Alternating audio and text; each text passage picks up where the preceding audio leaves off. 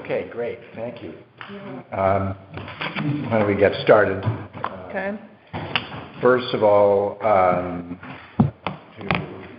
the point of order is to get Fred on to seek a regular member for this meeting. He has kindly agreed to fill in for Claudio, who's out of the country. I thought he was back. Okay. Okay. So,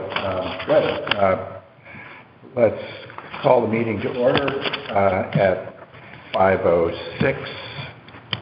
And today is September 14th, 2022. So that's the first order of business. Second is to approve the minutes of July 13th and August 8th. So let's start with July 13th. Anybody want to make a motion to approve the minutes? So moved. Okay, Greg, thank you. Second? Second. Okay, Fred, second. Are there any discussion or amendments or points that you want to make? Minutes? Hearing none, I take a vote. All those in favor? Aye. Aye. Any opposed? Any abstentions? Okay. Moving on to August 8th. I need a motion. Make a motion. Okay, Andrea, thank you. I second. And Greg seconds.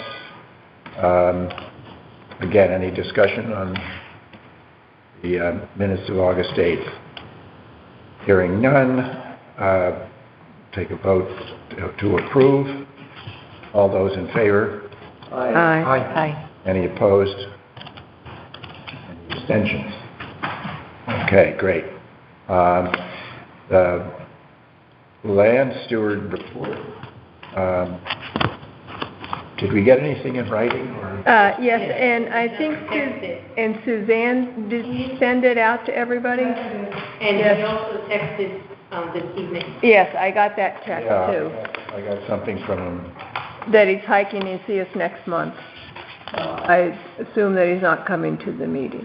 No, it sounded as though. So did everybody have a chance to read? I can. All I have is the. And there's this report. Champlain North. Okay. Sounds like everything's in good shape.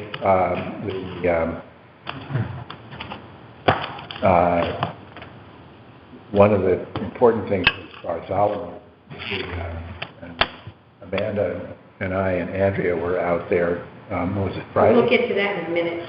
Okay. Just address the yeah, but he was, and then I guess he had some trees that he had to take out, and so otherwise pretty routine. So that's great. I like routine. Do you have a Yeah. question, Greg? No, I just wanted to make a note that we had decided we were going to post the land steward reports on the website. Right. And I sent July's to Michelle, but she wasn't able to post it before she departed. Oh. So we have two kind of in the queue when we find out how we can get access to update the site again. Okay. And another issue that Greg and I discussed, because he said we were going to post all the land stewards. Peter does a report for us, but Jim and Wayne don't do reports for us. So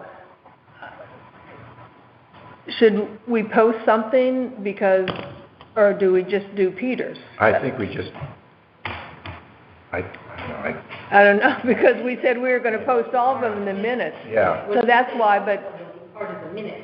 No, we actually have a separate section under the land steward little area in the website there. So we can ask. She's got one up there, but she didn't post the last one I sent her. I was just thinking maybe with Wayne and Jim on a more as-needed basis, and we could put a general description that they mow the field, Brooks Meadow, a couple times a year, and pick up. And if there's anything that we think that the public would be interested in, we'll post it. But to kind of create a report each month, contact them and write it and do all that would be a little tedious, I think. The other thing, The point of posting it was just to show that we're actively trying to keep the trail safe and in good shape. But as Amanda said, with Jim Mildred and whatever, it's kind of hard for them to be sending in reports. So we had talked about just a little thing in the bottom that Peter Norris does all the reserves and these two do McCulloch. And when we have an update, as you say, when the Right, that they mow the meadow. He's working on the dam or whatever. Well, when the meadows, or when we finish this spillway, we'll post things of interest, but otherwise it's just routine maintenance. And that if there's something that someone wants to report, they could either contact the commission or Peter Norris, because his number is there and he'll alert us. I was thinking it would be kind of actually fun and interesting.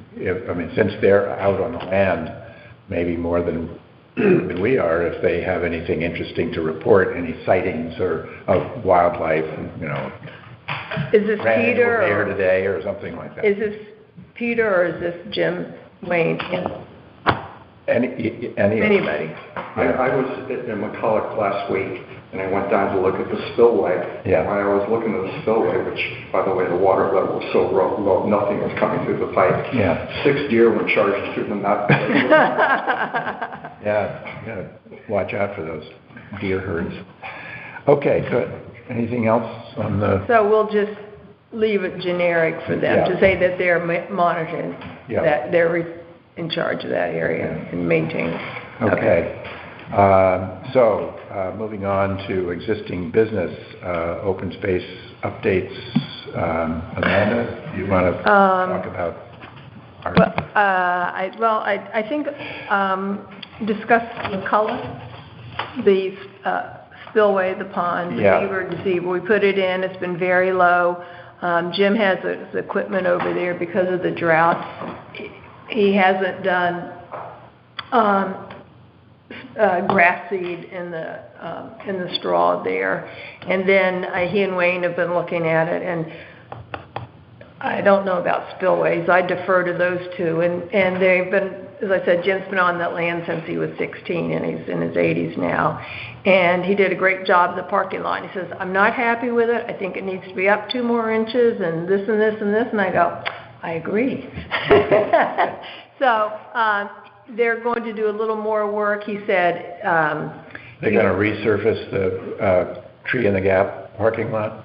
No, they're not going to. They're going to finish the spillway. Oh, finish the spillway. The spillway. But I said, he did when he did the parking lot. We said we want a parking lot by this, and then he took his time and created this one that looks like it's been there forever. So I'm going to defer to him on the spillway. Sorry, but he said, understood. Sorry, well, I probably didn't explain it well. So, but it's going to involve more work.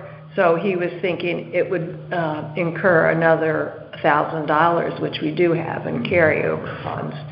So, and I have to admit that he spends a lot of time over there and doesn't bill us for everything. So I don't know if we need to take probably a vote to approve $1,000, up to $1,000 extra for additional work on the spillway. So I would propose a vote for that. A motion that we, Oh, thank you. I'll second that we that. authorize up to $1,000 expenses on upgrading the spillway at Brooks Meadow. Good. And Andrea, second? All those in favor? Aye. Aye. Okay, and then, and that's about the other thing. Wayne mows it like 3 times a year. And he hasn't really seen that many monarchs. I saw a couple of monarchs today in my yard. I tell you. Yeah, I was walking early afternoon and I saw 3. I know, not like I suspect that it's going to be late. late bloomers. Unless all the monarchs have gone west, which is one theory of why there are none here. They went to the Appalachian chain and are following that down because there's more moisture there and more pollen bearing and nectar-bearing flowers They could, yeah. west of here. So they'll follow that chain down to the southwest and then head to Mexico from there. So that's about it. We were on Bartholomew, but Andrea has Bartholomew covered in her report, so Yeah. I'm going to defer to her. And Peter's report covers the Champlains and Ames, and Andrea has something in her report on Champlain North. So I think that's all I have to say. Do you have anything, Evan? No, I don't Okay. have anything. Okay. So we move on to Ann and the open space herbicide use policy, and thank you for the amount of revisions and work you've done on that. Well, thank you to everybody who's had input, and there's been considerable input, and I appreciate that. I don't know if everybody had a chance to look at the document. I did bring extra copies because, as Claudia pointed out, somehow the most recent revised language didn't circulate with the rest of the documents, so... The one I just read, I believe, was the correct one? Yes, Okay. the one I sent. And I don't have any issue with that at all. I All read. right. Does anybody need a copy of it? Very well done. Basically, I just thought, since we're, not just you, but all of these, if policies as we go along, we might just want to date the bottom. So Sure, if there's yeah. a revised one, because I was comparing that one to this one going I like need to this. name my files differently too, but I was just trying to get the file out to everybody since, I would just make a quick note that, again, when we have access to have the website updated, we will post this. Okay. And I will, presuming how the vote goes, I'll put on there, adopt it today. Good. So I'm going to put 9/14/22 on this, just so. I Okay. suggest we add a page number to them also. Well, it's only one page. So you might not be looking at... Oh, okay, so, see, that's why. So you're looking at the... No, but hold on, I printed out another one. But before we go That's why too much... that's why we number pages. Page 101, page 1 of 9. Okay, so then I don't have, You because, know what you got. okay, so is this your only copy? No, I brought... Oh, thanks, okay, so, Does everybody... here. I love one because Okay. our printer ran out of ink.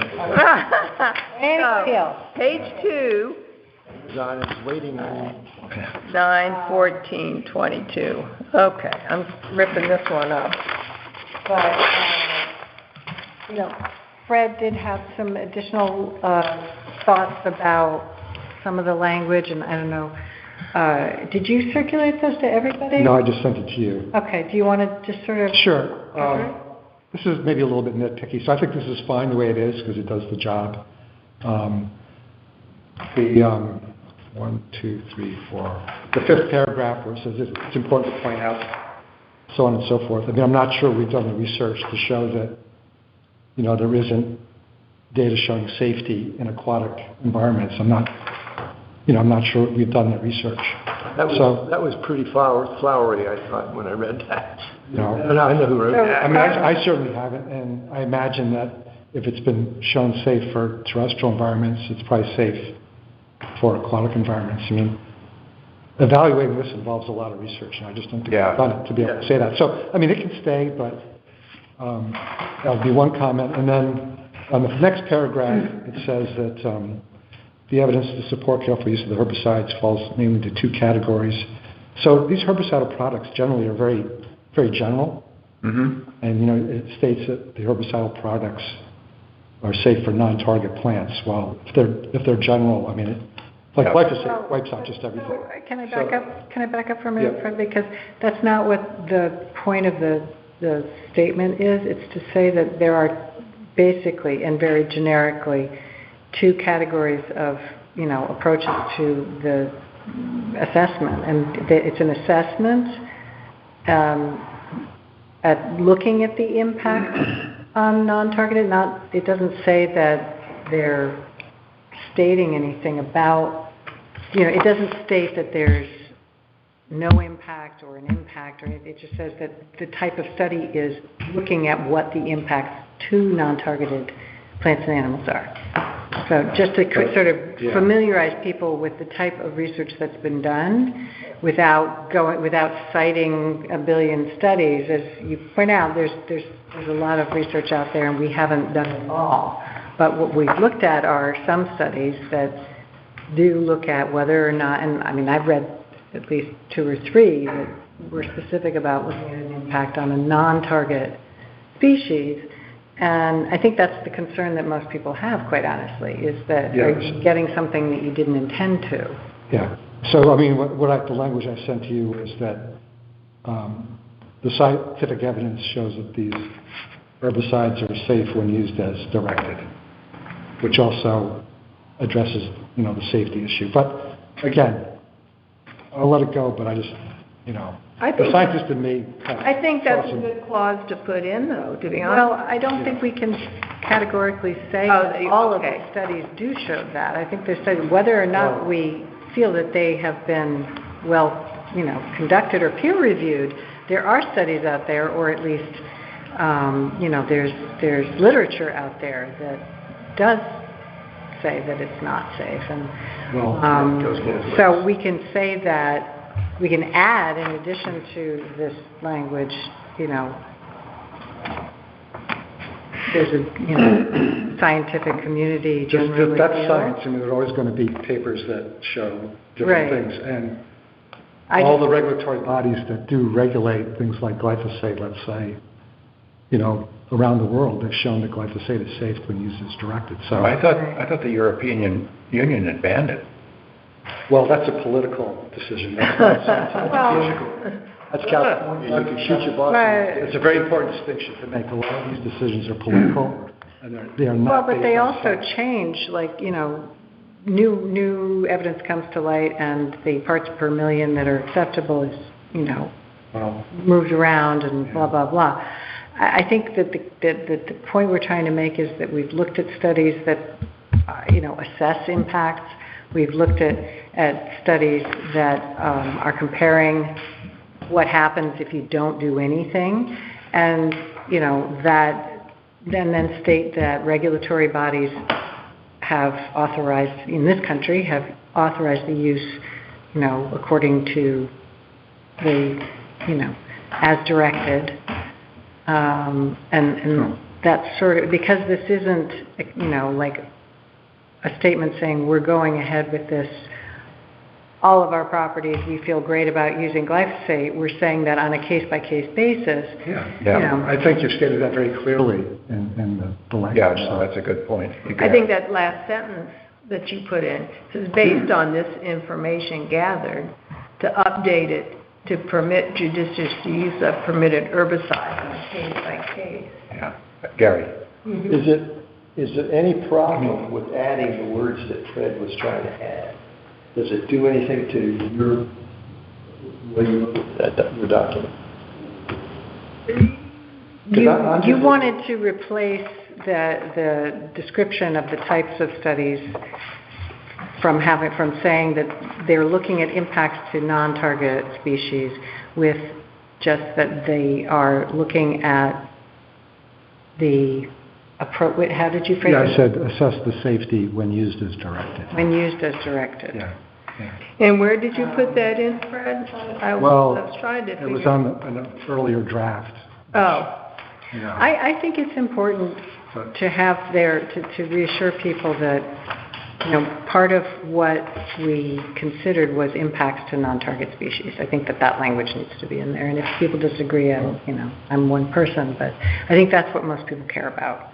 Well, I think that's important because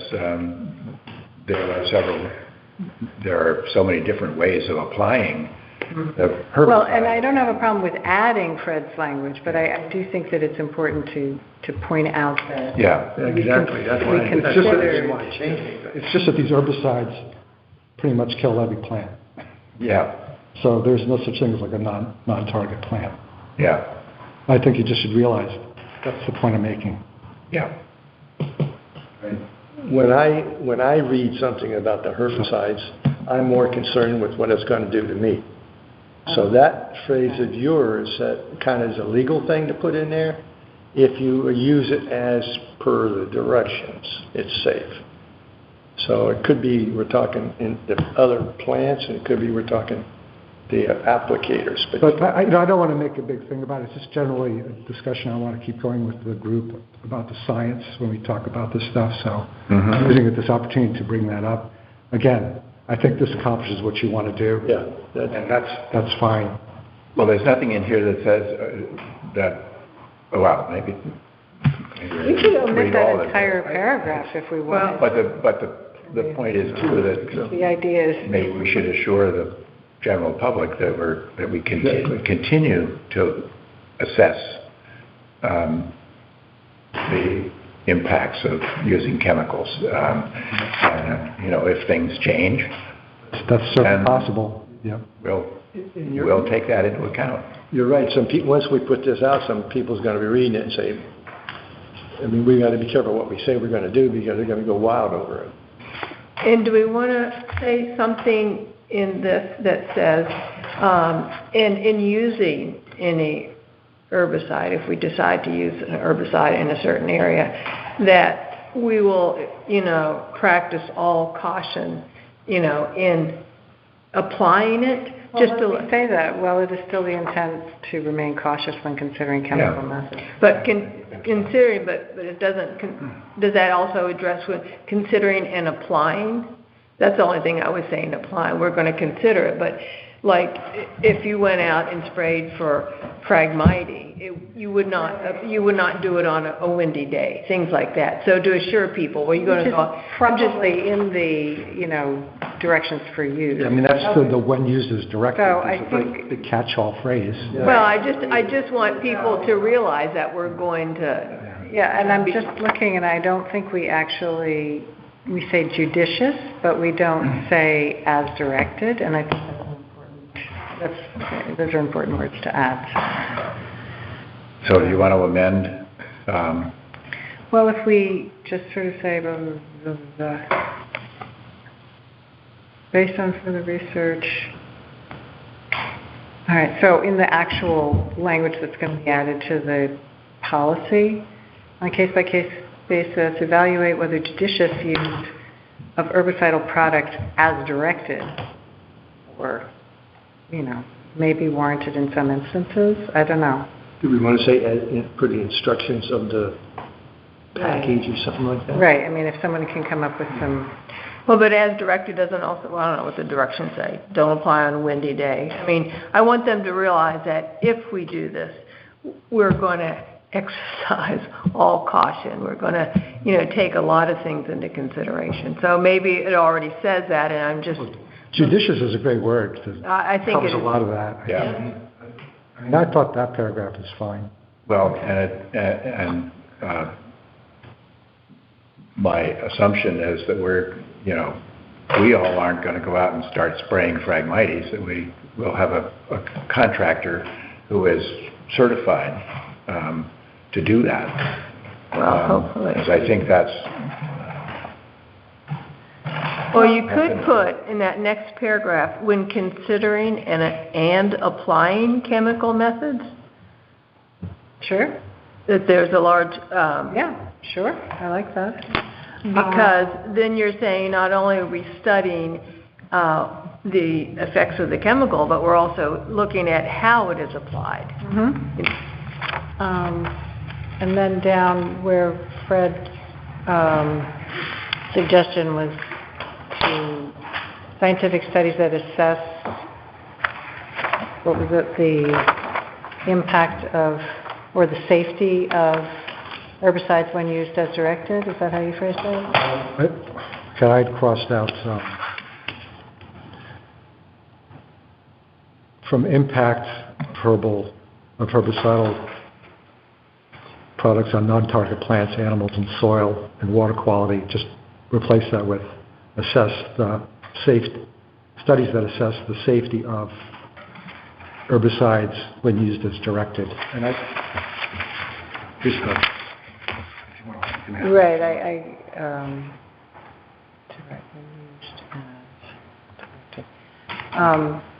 It's in the email copy to you. Right, So studies I said earlier today. that assess the safety of herbicidal products as directed, and then you would end the sentence, or would you Oh, continue? I can read it out.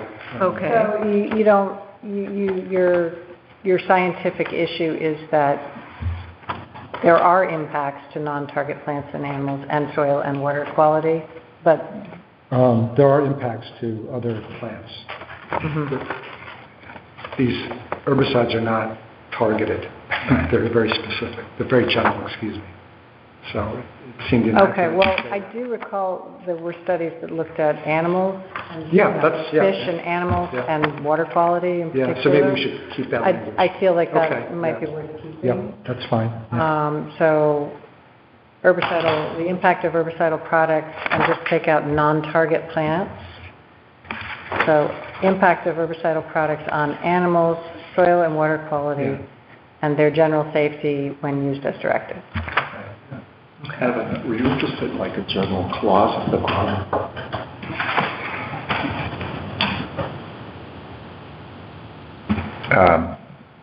Yeah, that would be a good, just to assure the public that we will continue to, if there's any new relevant research, and that we will. Essentially what I said Assess is that. that we'll continue to monitor the research, and then if appropriate with new findings, we'll revisit the policy. Yeah. I think it's a great political statement. Yeah. That catch-all phrase at the end. And just put it up right on the end. So, And do you think that should be in the second paragraph in bold, or should that just go at the end of it? The thing I just gave you at the very end. Very end, The end okay. for me. yeah. Okay, why don't we get a motion to approve or not approve, whatever, however. I'll make a motion to approve the amended herbicide use policy. Okay. Discussion? Yep, discussion. Want to discuss? Not the policy so much, but what we discussed in our meeting yesterday with Rich. And I think it has some important things that we weren't always aware of. Right now, we're an advisory board, and so when we do policies, we probably have to go and and show it to the Board of Selectmen to get their approval. Rich had mentioned in the discussion yesterday amending the ordinance that created the Open Space Commission so that we could be a regulatory, so we could pass these on our own and wouldn't have to go and to all the different departments to get approval.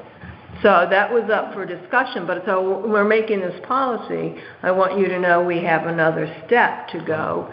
Well, I have a question about that, because there's other I know, parts of town that are using herbicides, so but why do we have to get ours approved? because we're an advisory board, and I don't. That just means that It's already been approved. this is our advice. You can follow it or not. Right. No one else has to approve something that this commission does. Well, and I don't think Rogers Lake is even an There's a Rogers Lake Authority. Other, authority, sorry. well, I think it's a private, I don't want to get into who's doing what. I just wanted to advise you what we learned yesterday from the lawyer. from the town lawyer. attorney. And so he had said That's to, ridiculous. well, You could get another lawyer to say the complete opposite. no, that's not, well, you can always get a lawyer to say anything, but anyway, you pay him enough. I work for a lot, I know, but I'm just saying, what he said, but it's how the ordinance is written. And so, open space was created under an ordinance, and the ordinance says, because originally we were a committee under conservation, and then we created an ordinance to become a commission. So Rich pointed out that we are an advisory board, not a regulatory board, such as planning, zoning, things like this. And so we can adopt a policy, but we then advise the Board of Selectmen. We have another step to go through. So he suggested, and we have to go to town meeting, that you be a regulatory. Make more money. And, no. No, I thought this was a very good point. Clock is going. Oh, yeah. It's like, But I think that's the way it works. yeah, exactly. I mean, you can argue all you want, but we're an ordinance. We're created by an ordinance. He said you might consider amending it, then you could be regulatory, and then you could skip this step. What would we regulate? Well, this policy right here is a perfect example. But we aren't requiring anybody to follow Right, we're not it. We're gonna- regulating. We would do it We are ourselves. we are determining policy, and we are an advisory board, so our policy Well, thing has to be approved by the Board of Selectmen. Can I suggest that just our having a policy does not, in fact, even imply that we're ever going to use herbicides? Right, And but, that it would, however, allow us, for our own mantra or policy, however you want to look at it, to go ahead and initiate, bidding for a contract that might, that could ultimately wind up using this. And if we get a bid and want to spend the money on somebody who's going to use herbicide, then we could get that before the Board of Selectmen and say, in this particular case, we'd like to use herbicide because it's what's appropriate here as per our policy.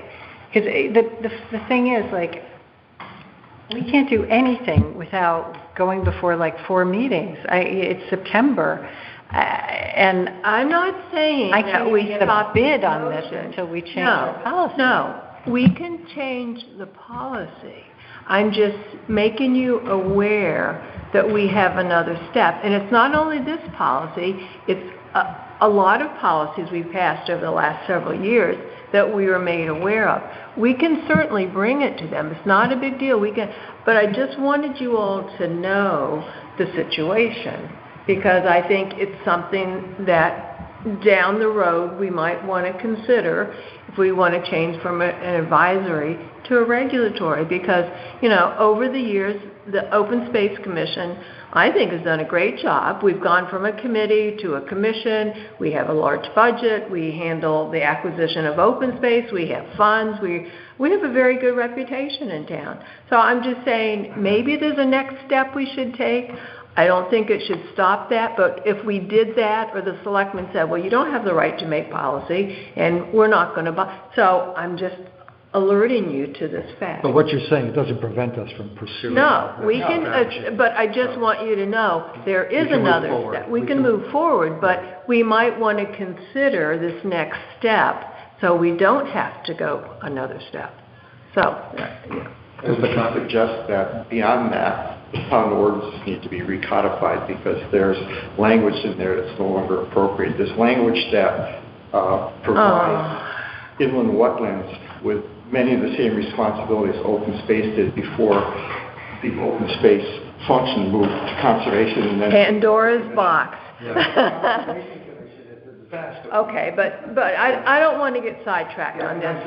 No, I agree, but I just wanted to point this out. I think Something we should be aware of. yes, Okay. I think we should go ahead, accept it, but know that at some point we will probably have to present it. That's all. I just want everybody to be Well, aware. it was, we asked for some sort of advice from the town attorney, and he gave it to us. And Yeah, that's so- what he said. Right. He gave us a Well, lot of advice. I assumed, we're talking about a $30,000 or $40,000 contract. Ultimately, we would have to put that before the Board of Selectmen anyway, wouldn't we?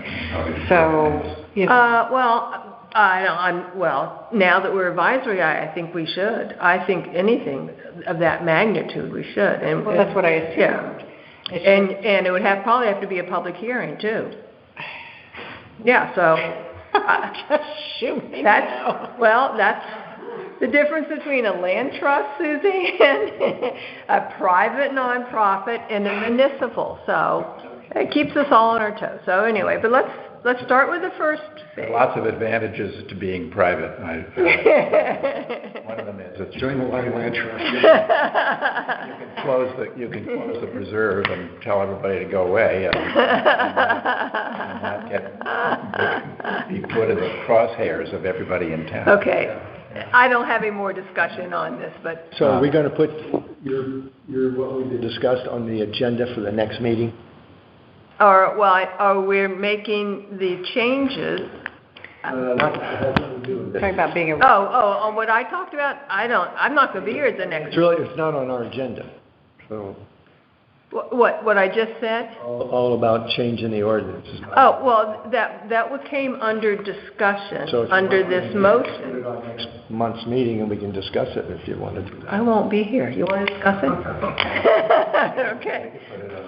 You can, If you're thinking about doing it. no, I just wanted to bring it to your attention. I think, I think we should pass it. I don't have a problem with it. Okay, well, My motion still stands. yeah. Okay, Okay. okay. We have motions brought up. And you seconded? Or Gary seconded, so, okay. I got, And we discussed it? yeah. No more discussion, sorry. I think, so we discussed it, and all those in favor? Aye. Any opposed? Any abstentions? Thanks, Ann. Thank you, Ann, for all your hard. Yeah. So, Ann, I just want to tell you closed that chapter, but you opened another one. so many chapters are unfolding. This is Gone with the Wind. Or It's a chapter book. Oh. It's really something else. Okay. And if we're still on Ferry Landing? Do you want to do your update now?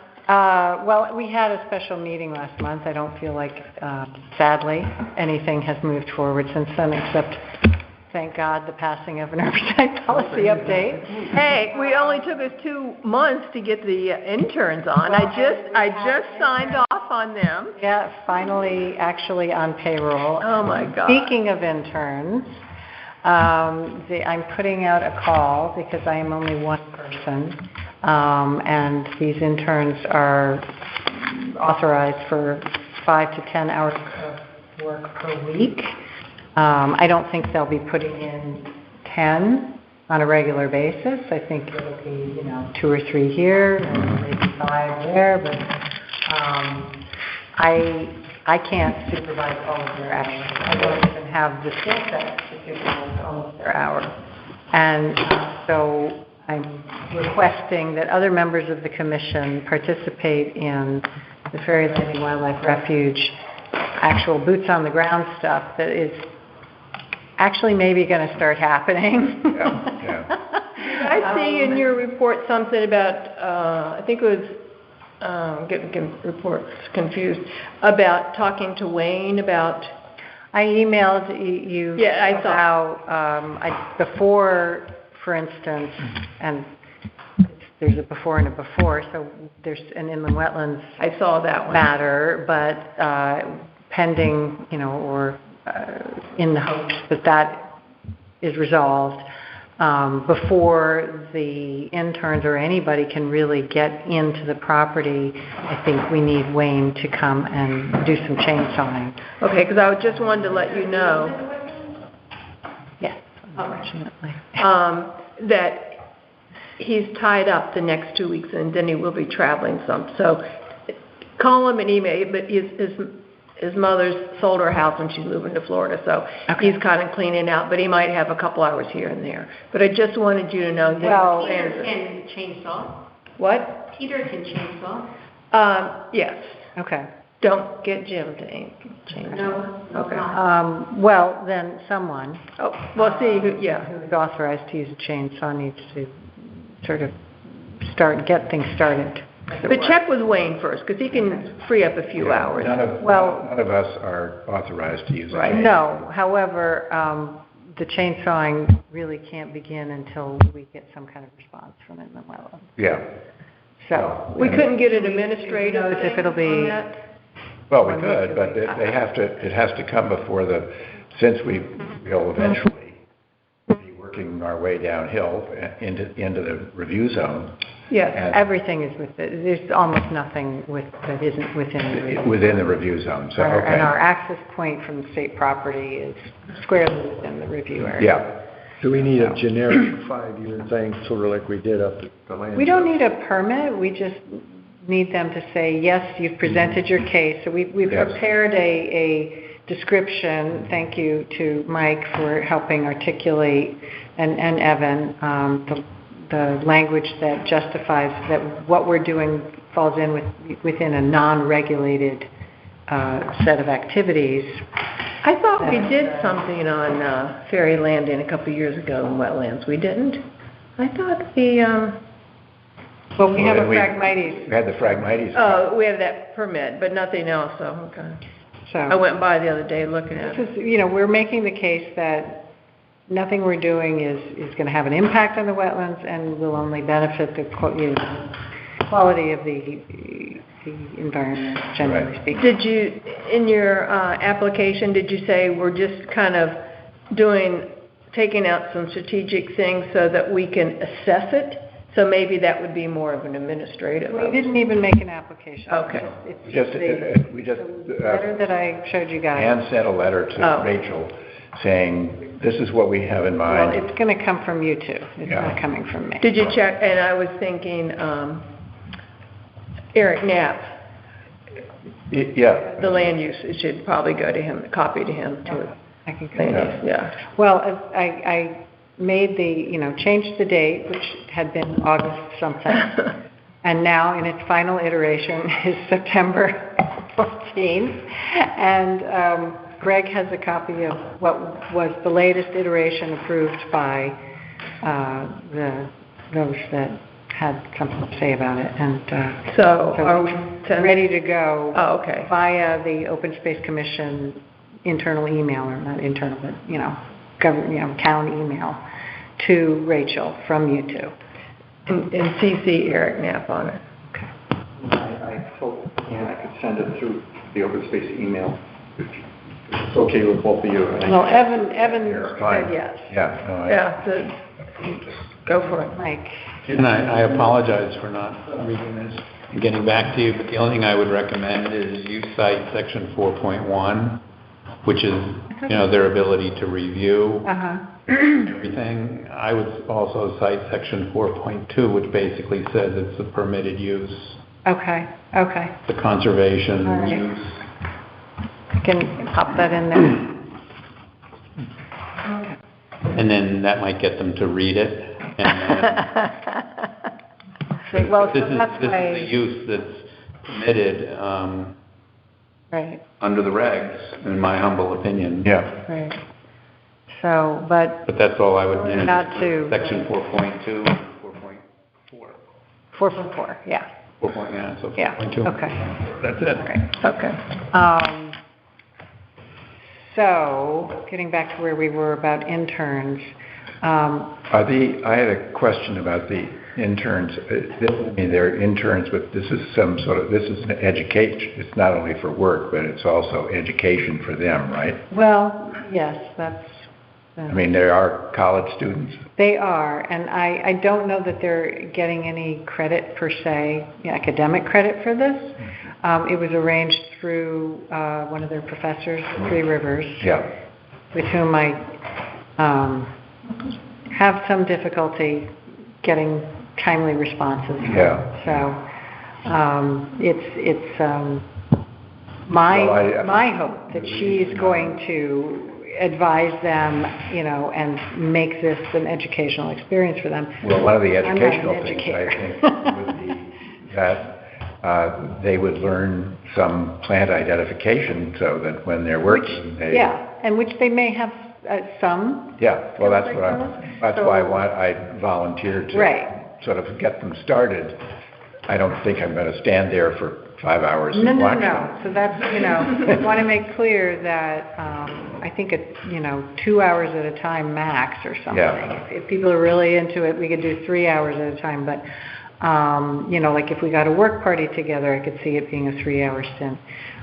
Yes, whenever those are scheduled, I think it's easy to put a shout out and get people on board, and the environmental club, and Heather Freed included. Right. So there's that, which can get them, you know, some supervision, for lack of a better word, guidance as well.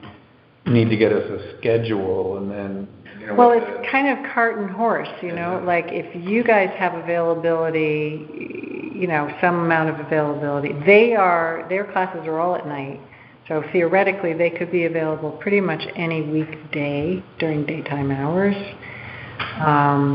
So if there's a day of the week that works well for any of you plant identification folks or wetland soils folks or, you know, conservation, you know, bird and species, you know, animal species identification, these are all things that we'd like to get them, you know, get some data from them on. In addition, they are theoretically being trained to do water sampling, so there's going to be, you know, some water collection and data on that. But until, you know, I know who can sort of guide them on these various, you know, observations, essentially. Yeah. And then also, you know, I don't know if Peter or Wayne, I don't know. Yeah, I would say start would with be able them. to be with them on site when they're doing some of the removals. You know, I just It doesn't necessarily, some of the stuff, this is going to be a project that's going to be ongoing for quite a while. Oh, yeah. And so my guess is that if it doesn't necessarily have to involve chainsaw work, that if you had Well, so I there's cut a a chain lot of link lines fence with that somebody's a going to have saw. to get out there with, like, major wire, what do you call those? Cable, Loppers. not loppers, cable cutters. Oh, There's a literal chain link fence that has to be moved aside with some kind of equipment. And then my feeling is that the vine situation is such that if we were to cut some of the trees that are acting as supports for these vines, we'd be able to penetrate. Also, you take down a tree, it's going to bring some things with it. It's just going to, like, clear areas. I don't think we even have to remove the trees. I think they can be, you know, put to the side for now, and you know, it's just a matter of penetrating with essentially a curtain of bear briar and firethorn. I mean, it's just really, really dense. Well, your neighbor did it on the other side. what's that? The neighbor did it on the other side. I went down there the other day, and I go, And is there a work plan or a schedule of, like, things to organize? Well, schedule, what is no. being done, I or can't where- make a schedule until I know availability. So But like if the type of work, the scope of the work they're supposed to do? or- yes, so that there's the type of work is clearing, you know, access. I don't want to call it a trail. Water sampling, plant identification, bird identification. when you say clearing, can we do it without wetlands, this letter? So that's a loaded word. Clearing is a really loaded word. Well, I mean, if you wanted to call Wayne and say, hey, come in and cut down, you know, give us a couple hours and do this and do that.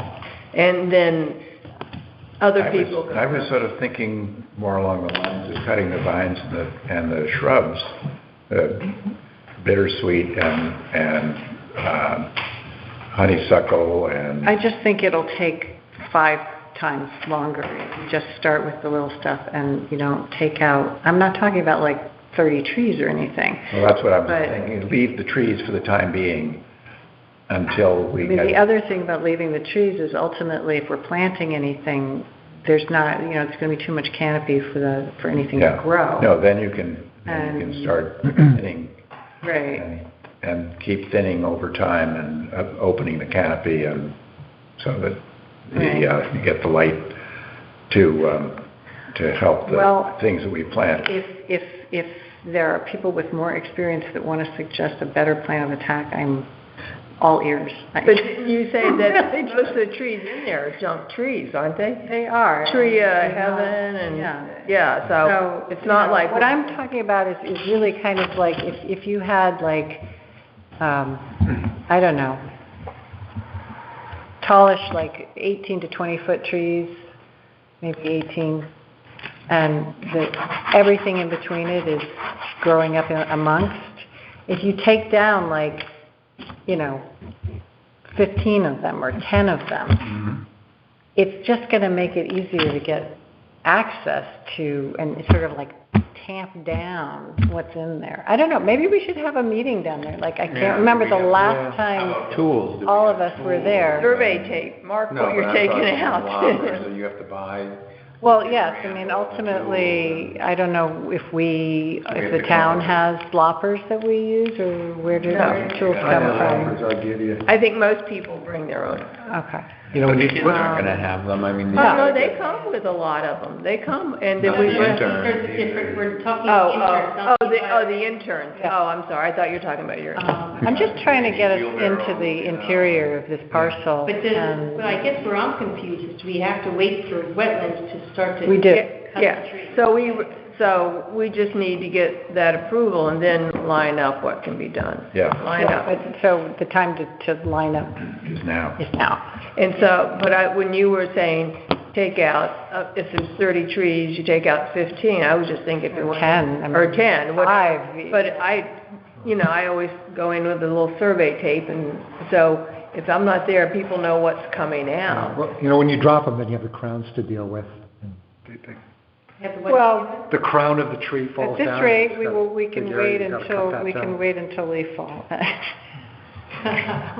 And then on your permit, I would suggest you say something like hand and power tools and no heavy equipment.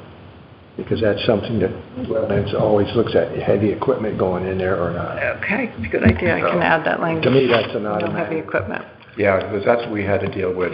We had to get a permit for the spillway at Jimmy's Pond. Oh, yeah. Because. Heavy equipment. Because Jim was going to use a backhoe to move the rocks. And so they said, Dan said, if you're going to be using a backhoe, you need a permit. Well, I would say submit the letter with a couple changes and see and maybe say, could we do an administrative ones? Because then that would be sooner than later. It's not asking for a permit or anything. This is like, we're just telling you we're going to do this. It's by right. It's like building a farm pond. It's just a heads up. We're doing this, and if you have an issue with it, you should tell us now. And So In accordance it's with basically section begging 4.2. forgiveness instead of asking permission. Well, they'll say. Okay. contrary. Okay. We have nothing to be sorry for. So you don't Just have as a to- good neighbor, we wanted to let you know this is what's going to happen. So you don't. As of section 4.2. You don't have to wait. Okay, well, if Evan and I get the call, You we should get the provide- response we're supposed to give. Yeah, as a good neighbor. Under the statute, we have the right to. Okay, no, that's all I just wanted to make sure. Because if I get a call, I'm going to say, talk to Evan, it's wetland. Down there. Yeah, Whether it makes more sense to start out with tree removal, or whether we all just need to go down there with our loppers and nibble away. It's expensive. Some of that stuff is large enough that if you start cutting it, it's going to go faster than you think it's going to go. Okay, all right. That's why God made the chainsaws. I think he's saying no, he's saying that without chainsaw. I know, faster, so. Well, you look at some of those vines and they're big around as your forearm and you cut that and the top's going to die and. Yeah, that's what I cut my, but And then you take the I think side it might make sense. have a meeting down there and show And anybody else who wants to join me, and we can all just sort of think of a plan of attack. Well, I'm here through next Tuesday. Talk to Wayne. If you can do it Monday or Tuesday, I'll come. I'm visiting my mother, so Oh, okay, so, I'm back on Tuesday. and- okay, so you guys are on your own. How much longer are the interns funded through? Sorry? The interns, how much longer do you have them? Well, the grant money that we're using for them, we have to report on in February, I think. So But if we haven't used it up, that's okay. They just say, let us know why you haven't used it up yet, and so maybe when you get back, or maybe call Wayne before you leave and get some dates and send them out, and then we can, Okay. I've got to move this. Good. You want to Okay. move along here? Great, thank you. That was great. So she has permission to send the letter, right? Yes, and we're with those two additions. those 2 additions. Yeah. Thank you both for those. Okay. So, moving on to 16 Neck Road, the open space set aside. There's a 16 Neck Road is a 9-lot subdivision. It was who remember the brouhaha over the affordable housing project, which was 32 units? 37, I thought it was. In that area, Yeah. And the big issue was having all that traffic coming out onto Neck Road. And this is 16 This next? is It's right over 16 the Neck. 16 Neck. This is the highway This is here. the bridge, or the exit ramp. Oh. Here's Lovely. Neck Road. Here's the Connecticut River. 9. There's one big estate there. It's going to be a private gated community with 9 houses, gatehouse, proposed down the road, a private pedestrian easement, and a dock on the Connecticut River. So and there is no open space on this. So, Has it been permitted? Is zoning approved? no, well, it's planning. So we were at the meeting, they submitted the plans, and that was in July. We don't meet in August. And the public hearing was last week, and they hadn't gotten enough feedback, so they continued it. I will be away. I hope that all of you go. Evan and I wrote a letter. And Andrea wrote a letter, and there's a piece, and Claudio wrote a letter. And since there is no open space by Connecticut general statutes and by the subdivision regs for the town of Old Lyme, the subdivision says that 15% of open space should be put aside. If you do not do that, you can go up to 10% of the value of the property as a fee in lieu, and then they have a procedure to go and how that's done. Now, these people purchased the property in November of 21 for $1,050,000, and I don't think they got a mortgage. And so the letter that Evan and I wrote said that this is a perfect example of a fee in lieu, and we want 10% that goes to the Open Space Acquisition Fund, which is funded on a yearly basis by the taxpayers of Old Lyme. And the only other source of income for that acquisition fund is fee in lieu. And the Open Space Commission is currently looking at several properties to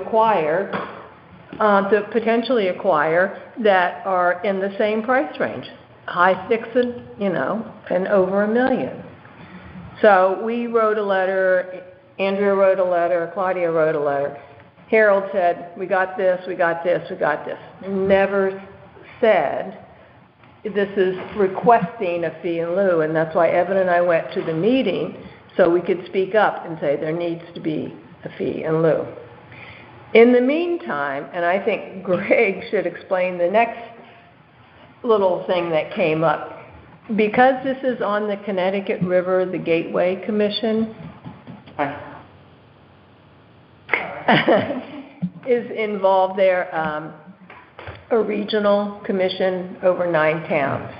and they have approached the land use person with a proposal for, and correct me if I'm wrong, or do you want to explain it?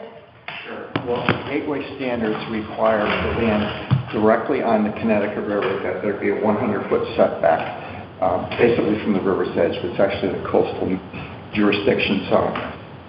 That standard has been adopted by Old Lyme among the other towns. So they can't put a structure or building theoretically within that 100-foot set aside. And just so that everybody understands, the 100 feet is always horizontal from, so if you have a slope like this, Yeah. you go 100 feet this way, and so it's not measured on the hypotenuse. Horizontal 100 feet, yeah. With a lot. It's 100 feet back from the river. Okay, that makes horizontally. sense. Yeah, okay. Does that mean a dock? They can't do a dock? They could apply for a special permit for that, but they got to go through deep and everything else for that. Docks are deep. But the responsibility of the Gateway Commission is to protect the appearance of the riverbank and to some extent the ecology of the riverbank. And even though they can't built within that 100-foot setback, that doesn't mean they couldn't cut the trees down and put a lawn in there and have a nice little park. The hill is like this, But I thought they would the just Black have Diamond a ski place in Deep River where Somebody cut down the trees. The Gateway's got kind of iffy jurisdiction over cutting down trees. So in essence, Eric Knapp, who's the new zoning person, talked with Gateway staff about putting a conservation easement on the property within a 100-foot set aside. And Knapp suggested to Gateway that they would even maybe go an additional 25 or 30 feet in. So about 125, 130 feet would be preserved as natural land with a conservation easement on it. Now, one of the issues I'm not sure about is whether that set-aside land could be considered by the developers or planning to be open. Well, he put it in his letter that in lieu of open space. Well, it's like fanning the flames in my face. So.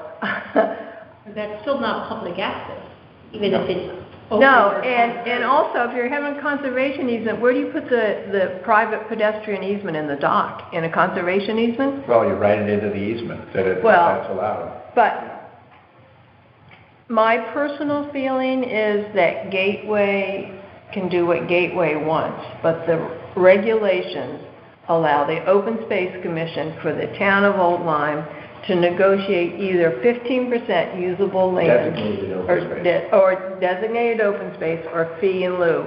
So we want the fee in lieu. So we're already getting a little pushback. So. But it's in statute, so why do we have to fight for that? I mean, Thank you, shouldn't Brett. it happen Yes, automatically? because planning has a history of not giving us. There was a recent subdivision that we didn't get, and so now this person who's doing the presentation says, well, why do we have to give a fee in lieu? Your last subdivision didn't. Again, I'm not a land use person, but I understand that the developers asked for an exemption from open space. Yes. And I'm not sure what the criteria right. to prove an exemption would be, but Yeah. that's something they put forth to planning. Well, if they may have done it for open space, but it didn't exempt them from paying the fee. Sure. I mean, if they felt that they didn't have enough acreage to provide an open space parcel. How many acres is it? Like 12 or something. 12 acres or something? But the other thing is, it's a private gated community with a private road that really doesn't want 12.30 acres. How Doesn't. are they going to handle the traffic That's situation? not our. It's not, but I'm How just about like, the roads, how? the road noise? Well, that's for them to worry about, Okay. but I'm the one that's getting off the exit ramp and Yep. getting, 30 seconds. It's too Right. many seconds. I'm curious, Amanda and Evan, excuse me for interrupting, what's been the history in town of developers giving open space a fee in lieu? We got one on Binney Road, That was, what timeframe? about 10 years ago. I think Kim checked it for me, the last fee in lieu was if you continue down this road, was, that new subdivision that went in, is it the Villages or something, off to the right before Ferry Road, there's that. Oh, yes. That one, that was a fee in lieu, and she didn't know how much they got. It's up to 10%. We are asking for 10%. And so we went to this meeting with everything. Gary put out notices, we had emails, we had all of this. Now it's been postponed, and I don't have the date in front of me, but I won't be. 8th or 29th. The 29th? 28th or 29th. Okay, but I won't be here. And they do not have call-ins. They do not do a hybrid. Okay. So Can you explain the up to 10%? What does that mean? that means that the Planning Commission has leeway how much to grant, up to 10%, and this is how they work it. If they do a fee in lieu, they generally agree on an appraiser. They get an appraisal, and then since this is 9 lots, every time a lot is sold, 1/9 of that fee goes. So they could do an appraisal, but if they just paid over $1 million in November, less than a year ago, it's going to be around that price range. So they can do the appraisal, they can say we're going to base it on what we paid. That's up to the Planning Commission. We don't have that input into it. The only input we have is to say, please give us the fee in lieu of 10%. And we would like to base it on the purchase price, which is less than a year, or whatever the procedure they want to use, but it would be 10% of that.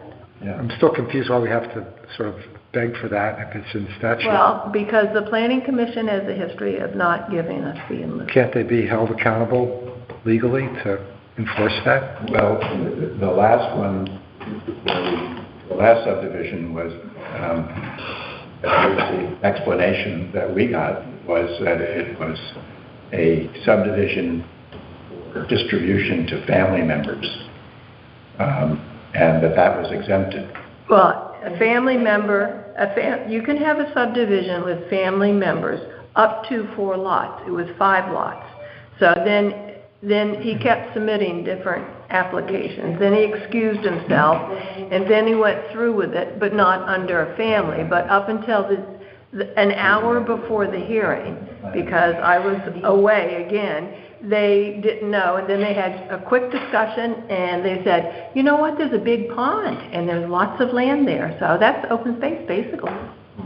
So, anyway, Evan and I had a meeting with planning after that, because we had the attorney review it, and we said, we think the taxpayers are owed either open space or a fee in lieu, and it's in your statutes, and it's in your regs, and it's in the Connecticut general statutes. So here we are coming up against one, and One thing I'm unclear about, and it kind of relates to Fred's question, is what decision criteria does planning have in deciding whether it's 8% or 10% or whatever, or is that just purely arbitrary on their part? I don't. So they could decide 0% Yes. or 1%. they could decide 0. And that's in statute. It's the planning department. It's their prerogative. Yes, it's their commission's prerogative. Well, that's their loophole. But I think if the taxpayers in Old Lyme speak up in Right. support, They need to pressure that. so we need, as a commission, to reach out to people, the land trust, to come to the meeting, the Conservation Commission. People come and say, we want someone besides our tax dollars paying for open space acquisition, and here's the perfect vehicle, and we are asking the Planning Commission to set aside 10% in fee in lieu. So We need some publicity between now and the 28th. Yes, we need a lot of we publicity. need, B, to present the issue, going out to the different websites, parents groups, We need a lot of support, so, We need to fill this room with 500 staring eyes at those people. well, we have a few Guys. suggestions, but we're open to suggestions. Like I said, I will be away. We need, someone, a letter from the land trust, maybe someone from the land trust standing up because they don't read the letters into the public hearing. So it was Evan and Amanda, Open Space, Andrea, Claudia. But it didn't say what the letter said. Is there a public hearing? Yes, they postponed it to They continued the public hearing The 28th or because 29th. there was some critical information that. they I'll didn't get the date and Does send the it. public get to speak? The public has a comment period, but they do not do the hybrid, so you can call in. So I can't call in. So we can, every one of us that speaks can bring that up. Is We it could rigged? FaceTime you and. No, you have to be in person. But, Well, the answer is that we bring, well, the answer is we need to get this out. In any means necessary, we respectfully ask for 10% fee in lieu. Well, if someone were to write it up, I could help in dissipating the information Well, through. you have a letter, show, Oh, Yeah. did we send the letter out to you all? I think. I don't know that I saw it. Me. Okay, I will, But I'm talking about 2 paragraphs, a paragraph, Something that could go out in something text. that could go out. to on- Limelight? Or text. to Well, get that's examined. not line, but. Email chains, If whatever. you're speaking to the PTOs and the school population, K through 12, people are not gonna read a 2-page letter. No. we should also, in that letter, we should have it, that's our chance to say that NACNIC did Oh, well, not. I think we'll. other people, I think what, and I think those are good suggestions. So maybe, I don't know, what do you think about putting the letter that we sent to the planning in a newspaper article and ask the people to, That's a good you one. could send the letter to both Limelight and the Examiner. I think Olin would probably run it, and I think the Examiner would probably. Is this like an open letter to the? oh, well, it's just an open letter. Please come to the public hearing and support the open space to encourage the planning board to give a 10% fee in lieu for our acquisition fund. Through COVID, through the POCD, through the open space plan update, all the people in Lyme have encouraged us and urged us on to continue to purchase open space. But our open space acquisition fund is only funded by taxpayer dollars and the fee in lieu program. Here is an opportunity for you to speak. You have to come in person to this public hearing to ask the planning board to give 10% fee in lieu. These are people from, they're not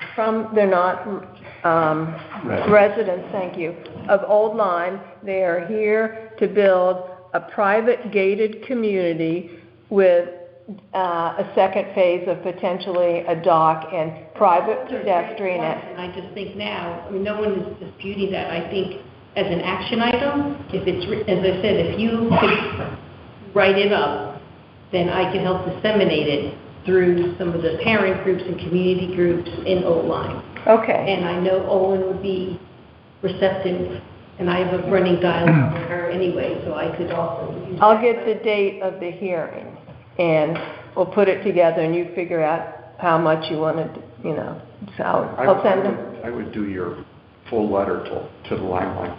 Mm-hmm. Well, I'll put the date on, I'll send the letter out to, is that agreeable with you? Yeah, that's fine. To everybody, and then we can brainstorm how to do it, but, I have another question in regards to the process. Does planning have the ability, kind of somewhat akin to, I understand a number of people at the meeting were against the project per se. Does planning have the ability, kind of like with affordable housing, to just say no to this whole project? so they vote, sure, it's a planning, if they vote on this subdivision. They are the ones that approve any So development. that's where the traffic issue comes in. I mean, There'll be two issues. unsafe. It's- Oh, yeah. One is, should there be a level of development in that area? That's one. And then two, should there be the level of development, then we would be like second to that agenda. Well, Greg, when is Gateway gonna figure out what they're doing? Gateway has a meeting on the 22nd. I don't think it'll probably be discussed. did they have their meeting with Eric Knapp? You all? I think that just Gateway staff has been talking to Eric Knapp. They've been exchanging emails, which I think I shared with you guys. Yes, you did. Okay, well, we're working on it. So, I just pointing this out, and I'll send that a letter out and the date of the hearing, and feel free to contact either Evan or me and on your thoughts on that property. Okay. Because I know we have to move along. So, McCulloch Family Open Space Equestrian Lease. Oh, yes, that's why we talked to the attorney yesterday. Yeah. So, we had a very good meeting. It was Tim, Evan, Rich Cody, our attorney, and myself. And we were in this room. We spent about 30 minutes bouncing around ideas and Finding out from the attorney what we could do and what we couldn't do. And spelled out. What he recommended, and the issue is the liability. And I don't think the town of Old Lyme is willing to give up on the McCulloch property our liability indemnification through state statute. But we are still interested in pursuing horseback use for the public. And Tim had some ideas of what the selectmen could do, which Rich said no, they couldn't. And then we called, we had a phone conversation with Tevis to tell him why we haven't been able to move this along. And he gave a number of ideas, and Rich said no. And I saw Rich today, and he said no. And so I said, any correspondence that comes back from Tevis is going straight to the attorney, because he pointed out a lot of things that an attorney would understand. Essentially, any written document, whether it's a lease or a memorandum of understanding, would essentially become a lease if it said that the town was giving the Tevis family the right to Special treatment, basically. So, anyway. And then he said, and Tevis suggested a letter, and Tim and Rich said, what would the letter say? He said, I have permission, but I could revoke it. And when he hung up, Rich said, that's estoppel, and you'll be in court. That's a what? Estoppel, it's a legal phrase. You know, you can't stop me from doing this, so I'm going to contest. So Who said that, Tevis? No, Rich, the attorney. So Because does a Travis buying the land have rights to horseback ride based on the conservation and the... No, the conservation easement has nothing to do with it. The conservation easement... Except to allow... It allows it. It's allowed. Under the conservation easement, horseback riding is allowed. And it's in perpetuity. We cannot ever take that away from them, right? It's written into you'd have to go to the Attorney General's office to amend the easement. So he can still ride horses? No, because the town owns it. We do not allow horseback riding on it. We have that right, so it's not, you can, doesn't mean you have to. Well, which supersedes? I mean, So- can he sue us? No, because the other thing the conservation easement allowed is we can ride, so let me back up a little. So when the conservation easement came on, there were 3 owners of the McCulloch farm. Each had a section. Each has the same conservation easement on it, but it didn't give reciprocal rights. So the Vasiloff family had the right to ride horses on their property, but they didn't have the rights to ride on the McCulloch. So that's why Tevis does not have the right. And he keeps citing the conservation easement, and he's right, but he doesn't have the right to do it. And we've never, as a town, opened it up, horseback riding, to the public. So if we But my point was also, we've never disallowed it. Nobody has ever said, no, you can't ride horses on this property. Well, One way to get them there, basically. well, and as we said to Tevis, the open space, and correct me if I'm wrong, does not want the responsibility for picking up the horse manure and does not want the burden of paying for all the signage. So that's one of our big, sticklers. So anyway, so he's going to have a conference with his family and talk about it and get back to us. So, we've done everything we can. Meanwhile, he still hasn't gone through with the purchase? No, it's contingent, so. Being able to ride, but if he can't ride, he won't buy the property.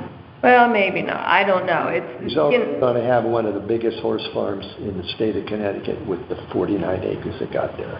well, whatever, that's not our issue. Our issue was they presented it to us, we talked about it, we went out and looked at it, we've gone on, we've tried every document, we met with the attorney, met with the selectman, we spent 6 months on this with land use,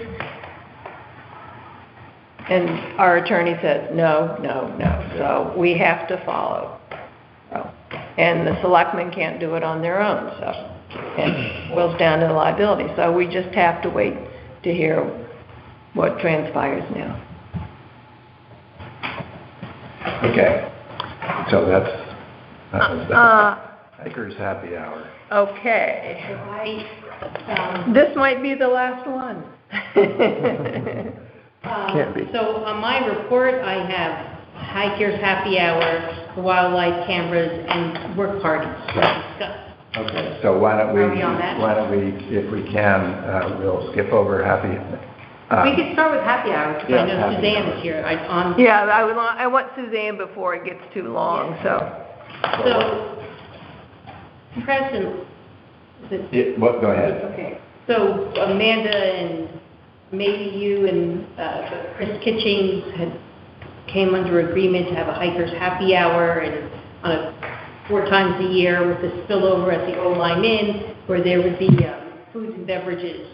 And I called to leave a message to Chris for this upcoming Hikers Happy Hour with the open space for October, because one of the properties that we were considering is the yellow trail, the new yellow trail behind the Old Lyme Inn, which the Environmental Club had worked on clearing, and then Ken Kitching. Ken Kitching had cleared it. So behind the Old Lyme Inn from the Bunny Trail to the Barbizon is a nice clearing of the yellow trail. And so... Yeah, they built a little bridge over the ditch, and Yeah. they really did a nice job. So in calling her, I left her a few messages. Anyway, she got back and saying, I'm letting you know that a few things, that this has become a little bit more than what we had bargained for initially, and They had bargained for. that they had bargained for initially, and feeling that the attendance has not merited the staff, and the staff is short. And this coming month, they don't have anybody planned for it, and that she was going to send an email or a text to Amanda Gotten anything. and myself, and I think you, but I haven't gotten anything in the last 2 days that we spoke. So that brings us to talking about the future of Hikers Happy Hour, and even this upcoming one in October. My sense is that we could suggest, regardless of where we hike, that we could just shimmy up to the bar. She doesn't have to provide any Right, snacks, exactly. and And we used to shimmy up to the bar. originally. We just went into the bar and we had, Perhaps because we just had such short. Just the food, because, It's the advertising, it's the food, it's the staff. how was she involved in the advertising? I mean, Well, apparently, the day had done some advertising in the first. the first year they did they did an advertising. That's how they created that hikers have this right. sign, and then and I think they change it every time to put, And I don't know who the "they" is. I think it's good, no, Leslie does it, doesn't it, she? Leslie does it, or Tosh did it for me. Okay, so, but they changed the date. Is doing the publicity that was a little bit more than they had.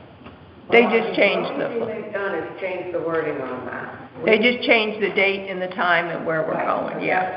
That's, Well, I'm just, I can't. Yeah. Can I ask a question, Suzanne, which relates to this last one? Correct me if I'm wrong, but did the Land Trust kind of double book? Did you have an event at Watch Rock during the time when the happy hour, not the hike, but the happy hour was scheduled? that was the library. Okay. And they did it at 5. We asked them to change the date. They didn't. And there were people from the Old Land Trust there, giving the history. It was rough. That might have affected the. Show up and say, we want to try and make the 5, or we couldn't decide which one to come to. But we had 17 people. So I was going to ask you, because I couldn't attend, so how many people did you have? We had 17 total, including myself. Were you outside or inside? Pardon? You outside, okay, you both were. I thought this one and the one in, I guess it was August or July? No, June, May and June. June, that's the. May and June, September and October. Okay, so one in June was very well attended. Yeah. Yeah. This one I thought was reasonably well attended, and the staff that she's talking about is a bartender, which presumably they would have at that time anyway. Well, they used to have it Yeah. sit outside, so originally we went into the bar and got our drinks, and then we spilled outside, or if it was rainy, we'd go in that little library room. And usually it was just like peanuts or something. Now she's going crazy with the food. Yeah, She got a good Need to deal. go. I know, Popcorn. Yeah. we can bring our own popcorn. Well, yeah, we Yeah. could. But this time we had a lineup trying to get drinks. Yeah, they couldn't get out of their own way. It was, Well, I think they're like everybody else, they're not finding the help, so. But when Chris says, I don't like this, so, yeah, so I think, Why don't we look at a different place? I mean, it's kind of not fair for us to take all our business to one restaurant in town, is it? well, I'm not sure the other restaurants want us, We'd have to go and ask. So there are 2 other options. There's the pub restaurant, name I forget, in the Olam Shopping Center, there's the Hideaway. Mhm.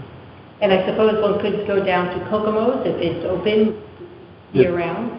that's a high, option, yeah. it's, The only thing is, we have a right to go into any restaurant we want and buy a drink, right? right, but the whole idea was it was half price. It's happy hour. For me, it's happy hour. Otherwise, I'm not going. Yeah, well, I don't know. So when that's why Andrea suggested I make sure you were coming so we could have this discussion. Do we even want to do a 4th one this year? It's open for discussion, so that's why. Well, I think we need to ask if we scale it back significantly, so that Chris doesn't have to have people preparing huge trays of food and, if they still want the business. Pick up a deli platter or something and We never anticipated. Right. But you all said, but you all just said that you couldn't get drinks at the bar, the line was, so if she can't get a bar, She also hinted that she wouldn't have the staff. so if she doesn't have the staff, The only staff there was a bartender, period. well, If she's not going to be opening the bar at 5 o'clock on a, Wednesday or whatever it I is, would ask her how then... she feels if we bring popcorn or have popcorn. or if we maybe pay for some reimburse her for the snacks? Well, remember I did a year ago.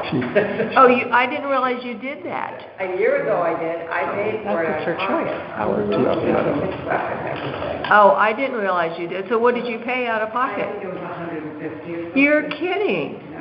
Oh, we should pay you. Do we do $75 for? No, that was because remember they had double booked and she said, but we're having really nice hors d'oeuvres for these people. And I said, you can't do the same hors d'oeuvres, I'll pay the price. Well, that was very generous of you, thank you. But we could pay, or we could say just have popcorn. You know, the Bee and Thistle used to have happy hour with just popcorn, period. I love popcorn. The Griswold Inn does popcorn. I mean, that's, but you go in and there's a popcorn machine. Yeah, Well- I think you have to give them food.